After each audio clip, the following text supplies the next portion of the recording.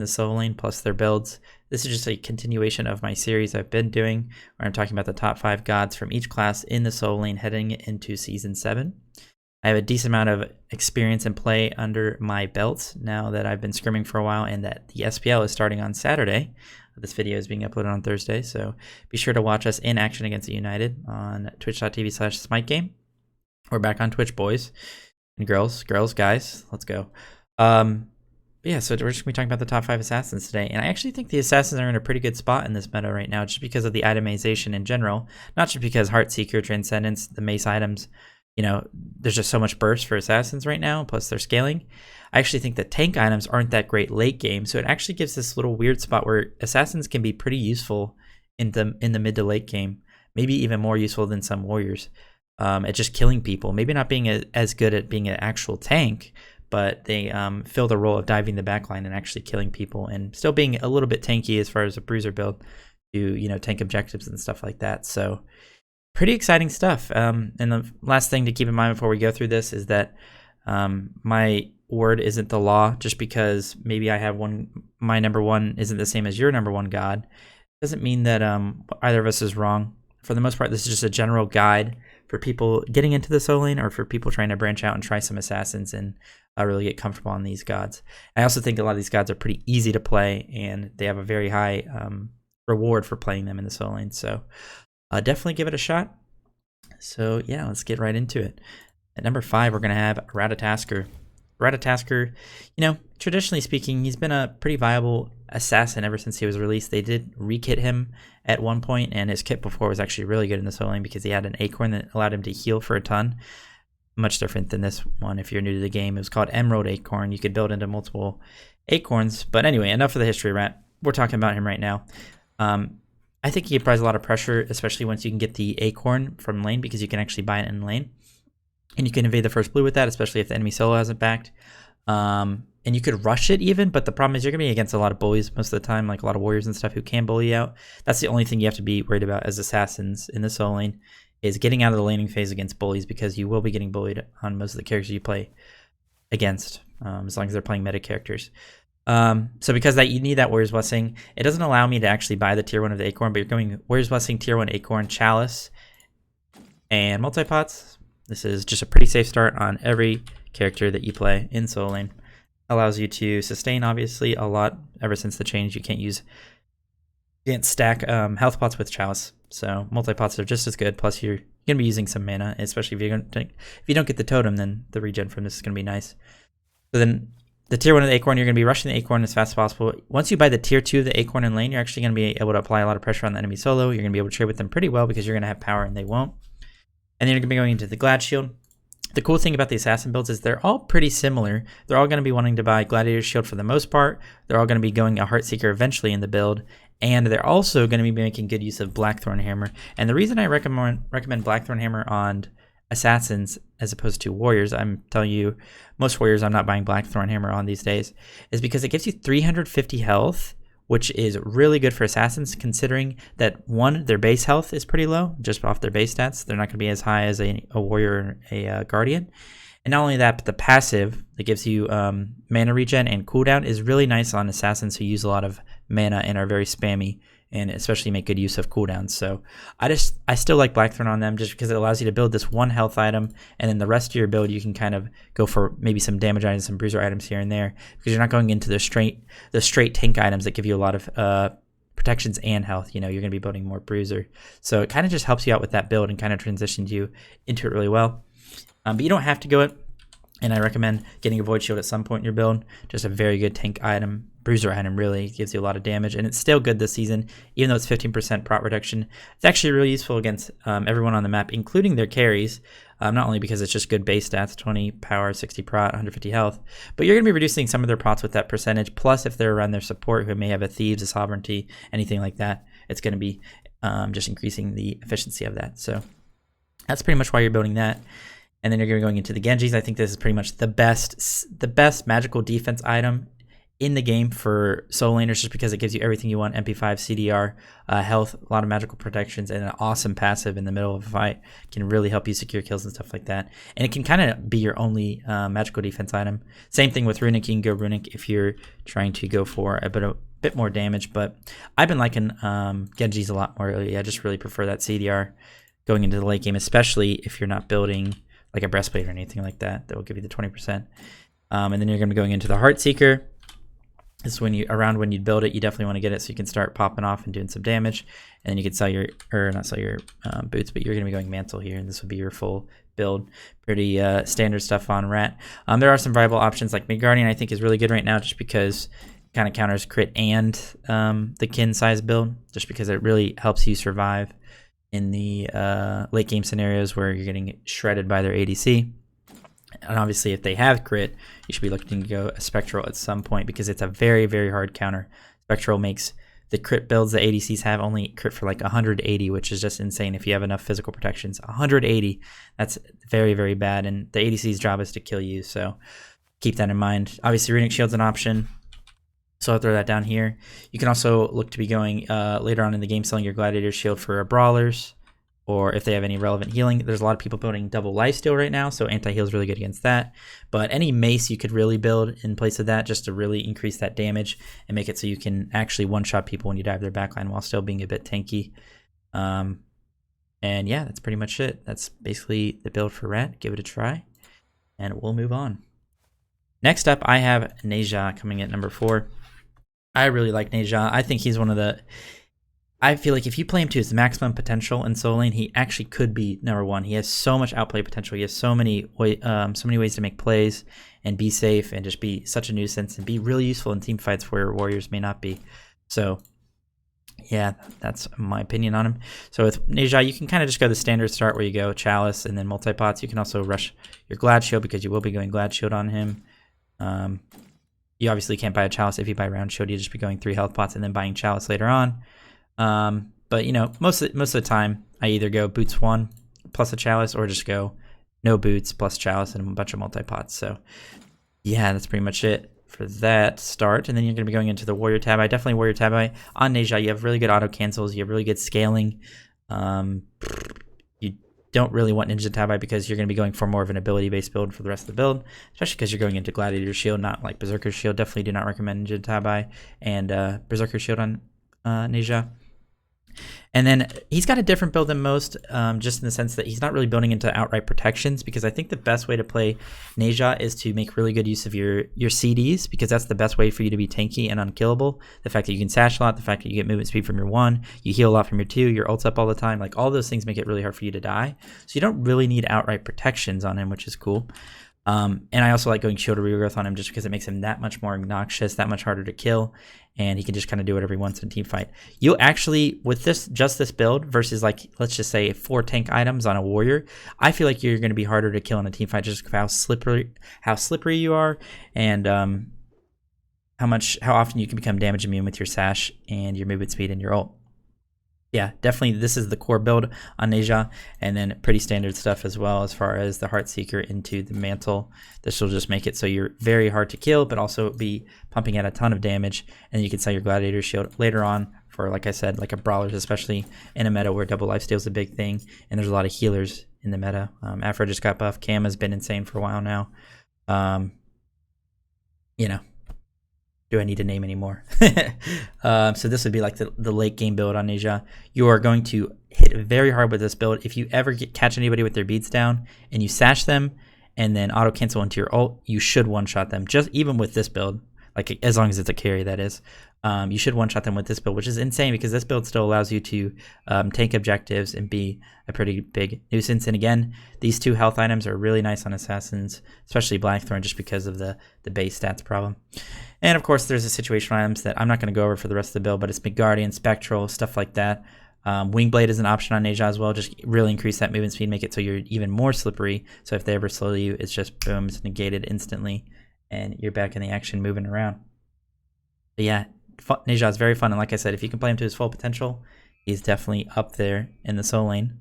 But it will still put him at number 4 just because he can suffer from, you know, missed abilities. I mean, it's pretty easy to miss abilities and stuff on on stuff like him. So moving on to number 3, we're going to have the old Thor. Thor's dropped down a little bit. He has suffered from some nerfs, and he also just got his ult cooldown increase, which is actually a big deal in solo lane because you want to be proxying a lot on Thor, and a lot of times if they come over, you're going to ult out and look for a farm elsewhere, and if that cooldown is higher than it was before, then obviously you're going to have less opportunity to do that, and he'll be less useful. But he's still a very good god. If you play him to his full potential, he's definitely up there in the solo lane. You got to be pretty comfortable on him. The way you want to play the laning phase on Thor is you want to avoid most solo laners because they're going to bully you pretty hard. So what you do is you just max your 1 and your 3. I don't put points in my 2 for the most part unless I know somebody's going to come gank, so I can try and set them up. But I just put points in my 1 and my 3 so that I can clear as fast as possible in lane, use my pots to sustain when I get poked, and just travel around the map really fast with my ult and my escape through my hammer and just be really a big nuisance and try and farm as fast as possible, kind of like a Vamana. On him, I don't go Glad Shield. He's the only one of these characters I wouldn't be building Glad Shield on just because I don't think it's really good on him. His 2 doesn't even damage, so you don't get proc from that. And you also use way too much mana when you go Glad Shield, so I prefer just rushing it straight into the breastplate. But for the most part, the build's going to be pretty similar to the rest of them. I like to go into that Blackthorn. Only difference with Thor here is I like Runic on him over Genji's. Genji's is nice and it's an option, but the thing is I like a little bit more damage on Thor because he's pretty safe, especially if you're going to be going beads, which you should be going beads on pretty much every one of these characters except for Neja and another character that I'll be talking about later. I probably should have put that, but it's basically beads or blink these days.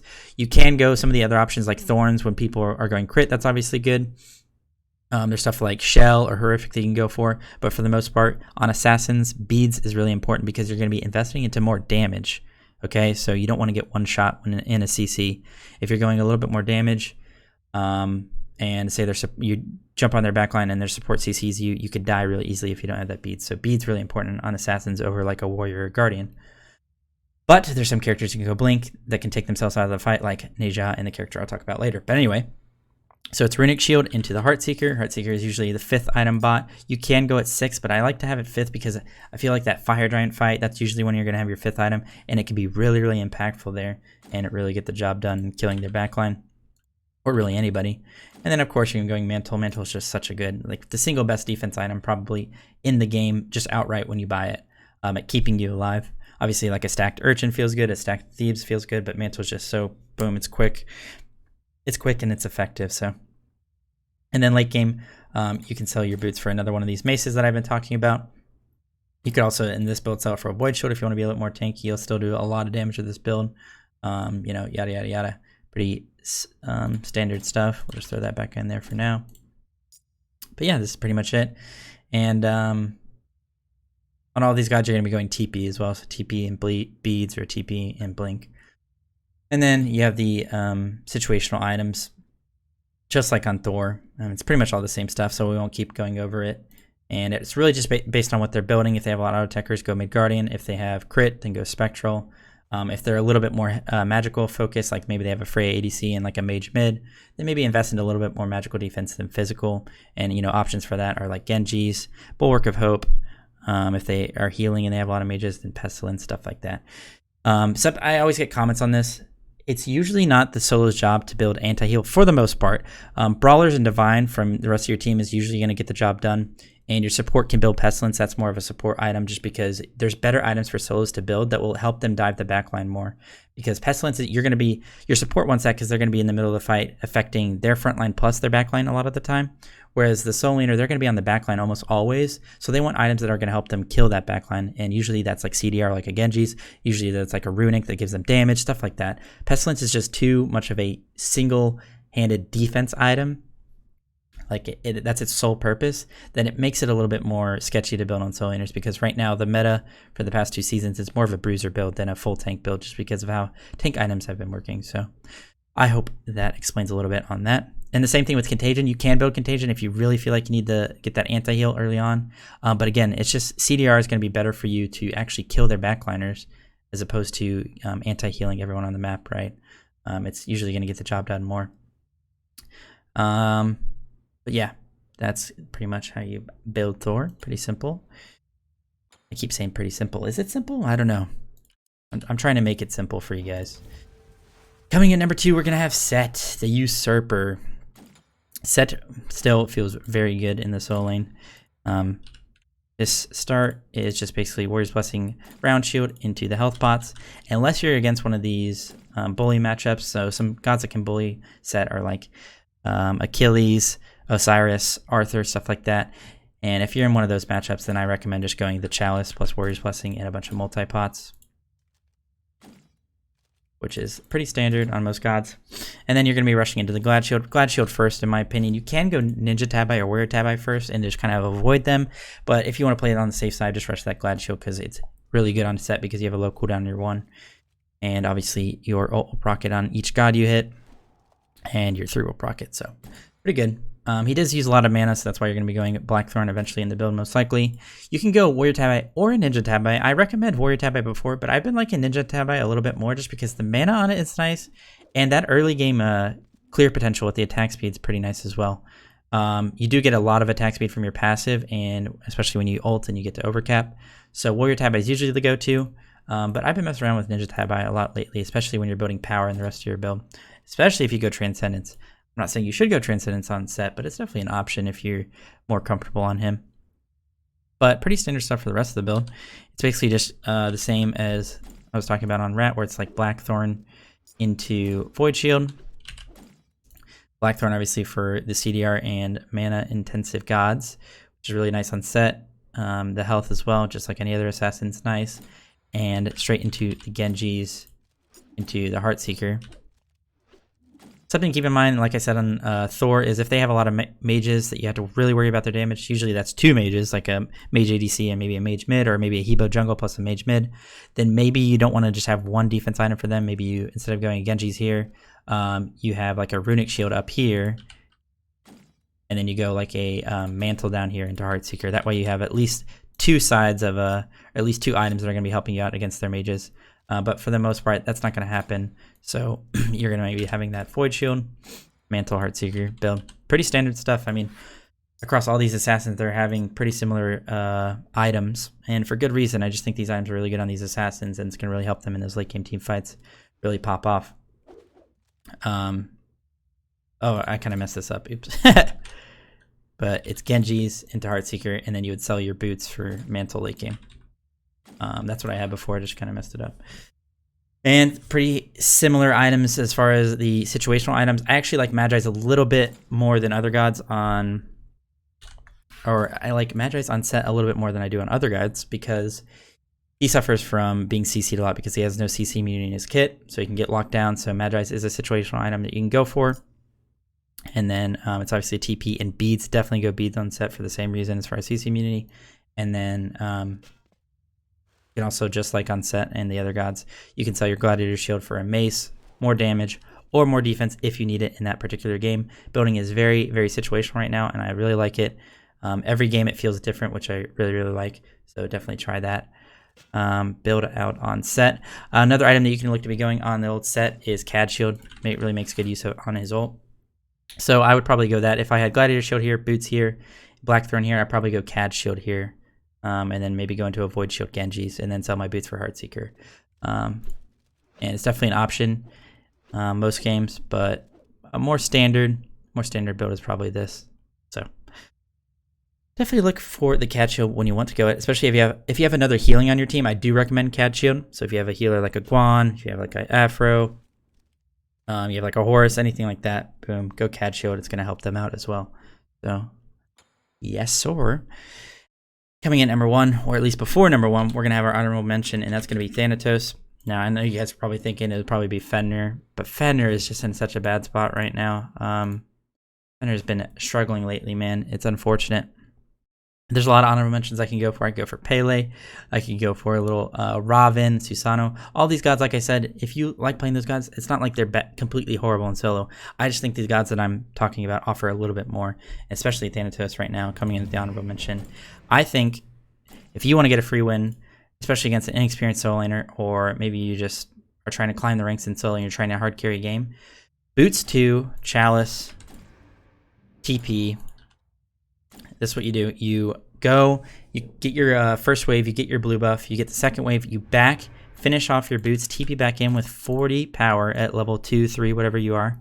Get a couple extra multi-pots so that you can sustain in the lane if they if you're tanking minions because you won't have defense, and you gun them down. You run at them and you one-shot them because Thanatos does a ton of early game damage, and you're going to be able to get a first blood as long as your team doesn't feed across the map. You're going to get a first blood a lot of the time with this strat. It's going to help you snowball. And then you're just going to be going snowball items from here. I mean, Gladiator Shield, very good for snowballing in lane. It's cheap. It's effective. It gives you CDR. And Thanatos obviously makes a decent use of it because he has a pretty big AoE on his 3.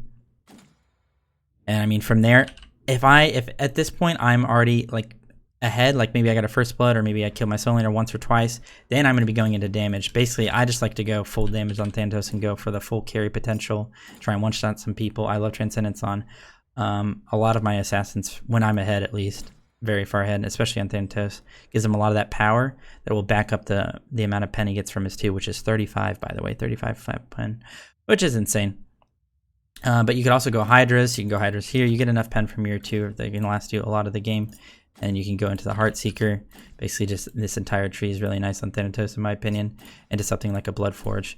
This is only if you're going to be snowballing, though, so keep that in mind. It's very nice to do on him. But maybe a more safe and more standard option for Thanatos is something similar to the other gods we've been talking about. It's just like the Void Shield, Blackthorn. Blackthorn is just nice on him for the health because Thanatos actually has a really low health pool, even worse than some other assassins. The passive isn't as good just because you don't use a lot of mana, but the CDR and health, definitely worth it, plus the 35 power that you get from it. You could be going Genji's here, but I prefer a little bit more power on Thanatos to keep backing up that pen I'm talking about on his 2. And then you'd go into the Heartseeker and probably sell either your boots or your Gladiator Shield for Mantle late game. And then whatever item you didn't sell first, once you get the 1500 pot, sell for a damage item. Like a Bloodforge or maybe like another Mace. Titan's Bane if you want.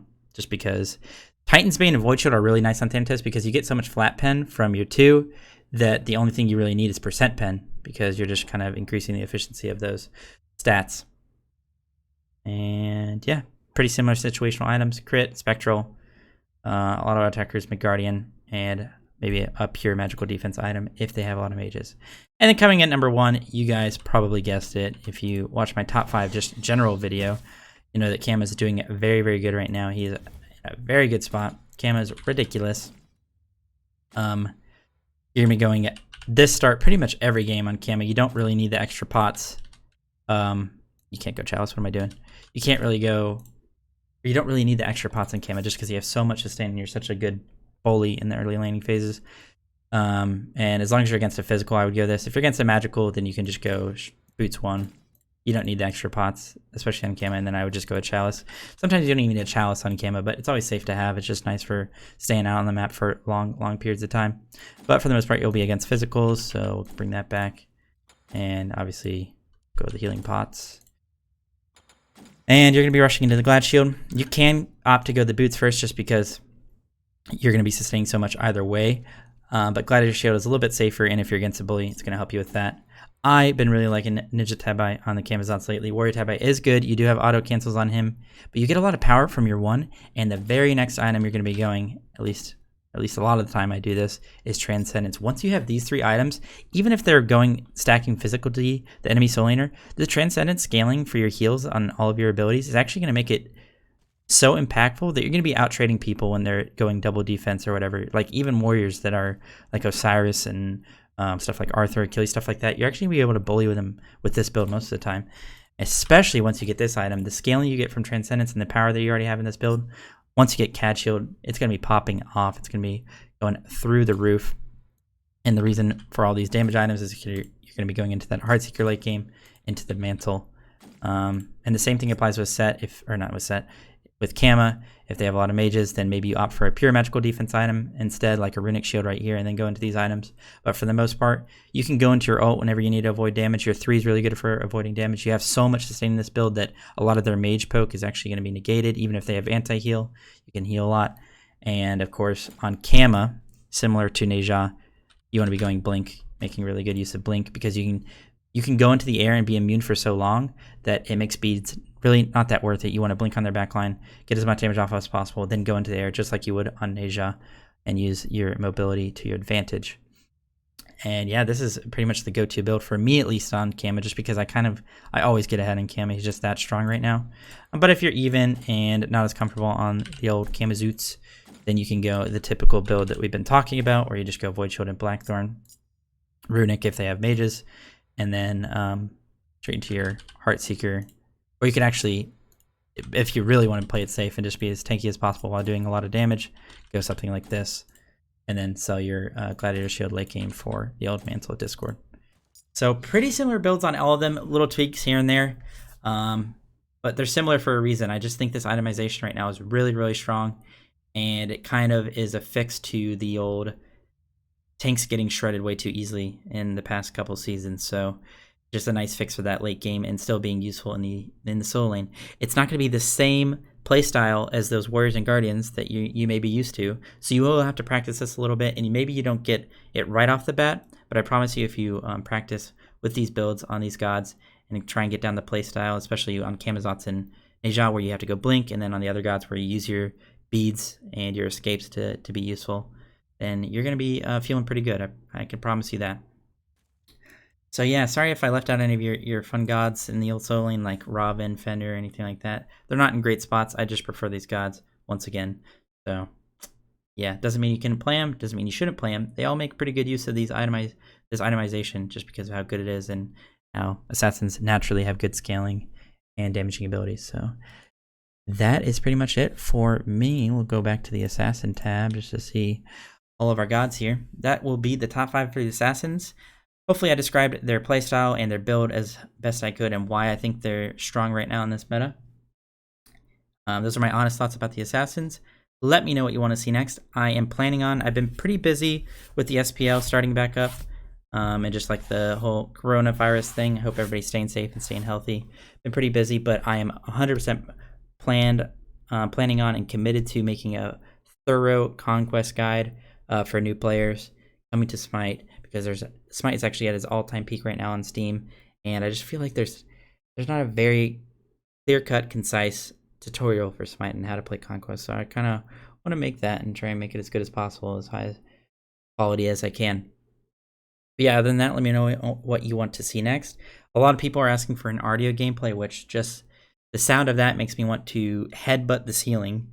Literally climb a ladder and headbutt the ceiling, but maybe I'll do that for you guys. Maybe I'll mix it up and do something fun with the old audio. Such a boring god, though. But yeah, that's it for me. Check out Merlin. What a handsome feller. Stay safe, stay healthy, like I said, and I'll see you guys in the next video. Peace out. Love you all.